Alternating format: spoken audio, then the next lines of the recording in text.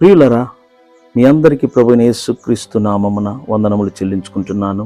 మొట్టమొదటిగా మీ అందరికీ happy republic day. ఈ హ్యాపీ రిపబ్లిక్ డే సందర్భంగా దేవుని వాక్యమును మీకు చదవాలని ఆశిస్తున్నాను.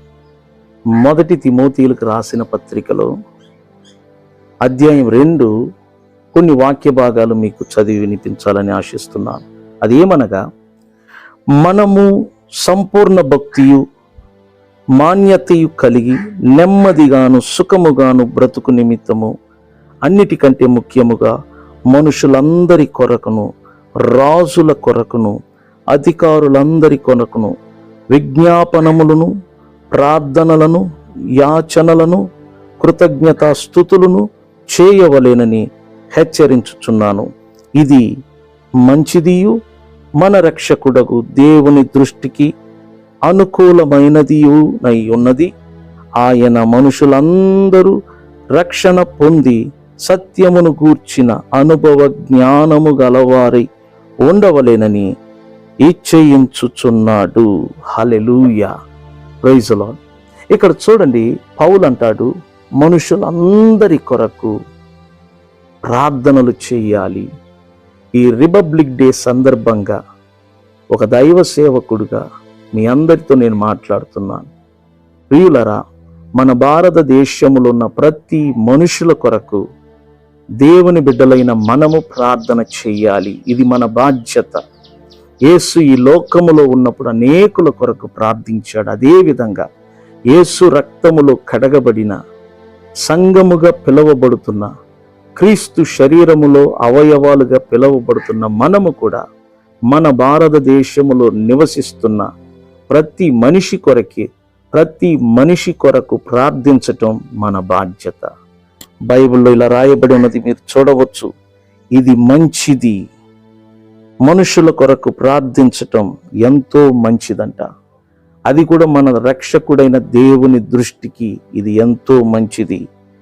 అలాగనే మనుషులందరూ రక్షణ పొందవలేనని, సత్యమును గూర్చిన అనుభవ జ్ఞానము పొందవలేనని దేవుడు కోరుచున్నాడు. మనుషులందరూ రక్షణ పొందవలేనని దేవుడు కోరుచున్నాడు. ఒకటి, మనుషులు రక్షించబడాలి. రక్షించబడిన వారు సత్యమును గూర్చిన అనుభవ జ్ఞానములో ఎదగాలి. ఇదేనండి దేవుని కోరిక మనుషుల పట్ల. ప్రియులరా, భారతదేశంలో ఉన్న వారందరూ కూడా యేసు నామమున రక్షణ పొందాలని ఆ దేవుడు కోరుతున్నాడు. నేను మనస్ఫూర్తిగా కోరుతున్నాను, భారతీయులందరూ దేవుని బిడ్డలుగా మారాలి. భారతీయులందరూ యేసు ప్రభును రక్షకుడిగా అంగీకరించాలి. ఇది జరుగునా, ఇది సాధ్యమా అని మీరు నన్ను అడగవచ్చు. ఫ్యూచర్లో జరగబోయేది ఇదేనండి. ప్రతి మనిషి యేసు ప్రభును రక్షకుడిగా అంగీకరిస్తారు. ప్రతి మనిషి యేసు ఎదుట వారి మోకాలు వంగును. ప్రతి మనిషి యేసును ప్రభువుగా ఒప్పుకుంటాడు. ఇది ఫ్యూచర్లో సృష్టిలో జరగబోయే ఒక గొప్ప మర్మం అండి. ఎవరు కూడా ఆపలేరు. యేసును అంగీకరించకూడదు, యేసును ఆరాధించకూడదు అని అనేకులు పోరాడుతున్నారు. కొంతమంది తెగలు దానికి విరుద్ధంగా పనిచేస్తున్నారు. కానీ బైబిల్ చెప్తుంది, ఎంత పని చేసినా ప్రతి మనిషి యేసును అంగీకరించే తీరుతాడు. ప్రతి మనిషి యేసు దగ్గరికి వచ్చే తీరుతాడు. ప్రతి మోకాలు యేసు ఎదుట వంగును. ప్రతి నాలుక యేసును ప్రభువుగా అంగీకరిస్తారు. ఎందుకంటే దేవుని శక్తి ముందు మానవ శక్తి ఎన్నడూ పని చేయదు. నేను నమ్ముతున్నాను, దేవుడు పని చేస్తున్నాడు. తనకిష్టం వచ్చినట్లుగా ఈ సృష్టిలో పని చేస్తున్నాడు. మన భారతదేశంలో పని చేస్తున్నాడు. మనుషులు చేసే పనులు కంటికి కనబడుతాయి, కానీ దేవుడు చేసే పనులు ఏది కంటికి కనబడదు. అది అదృశ్యమైనది, అది ఎంతో శక్తివంతమైనది. అందుకే నేను చెప్తున్నాను, పరిశుద్ధాత్మ దేవుడు భారతదేశంలో పని చేస్తున్నాడు. దీనిని క్రైస్తవులుగా గుర్తించాలి. దీనిని దేవుని బిడ్డలు గుర్తించాలి.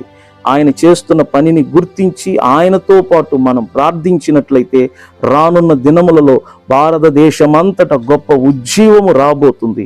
రానున్న దినములో భారతదేశమంతటా అనేక మంది ఆత్మలు రక్షణ పొందబోతున్నారు. సువార్త మన భారతదేశానికి వచ్చి 2000 సంవత్సరములు అయినది. ఈ 2000 సంవత్సరములో ఎన్నడూ రక్షణ పొందని ఆత్మలు ఈ 2024లో విస్తారముగా ఆత్మలు రక్షించబడి దేవుని సంఘములోను దేవుని రాజ్యములోను చేర్చబడబోతున్నారు. ఇది పరిశుద్ధాత్మ దేవుడు క్రీస్తు మహిమార్థమై ప్రకటిస్తున్న మాటలు.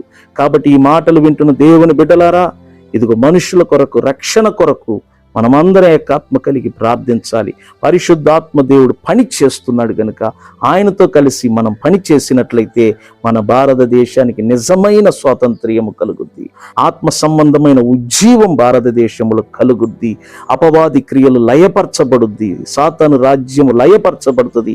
వాడి కంట్రోల్లో పనిచేస్తున్న ప్రతి మనుషులు సిగ్గుపడి క్రీస్తు వైపు తిరుగుతారు. గనుక సంగమా లెయ్యండి, ఇది మీ సమయము. నిద్రిస్తున్న మీరు లెయ్యండి, క్రీస్తు మహిమ మీ మీద ఉదయించబోయే సమయము గనుక మీరందరూ ఏకాత్మ కలిగి ప్రార్థించండి అని తెలియచేస్తూ ఈ సమయాన్ని ముగిస్తున్నా. దేవుడు మిమ్ములను, మీ కుటుంబాలను ఆశీర్వదించును గాక. ఆమేన్. God bless you all.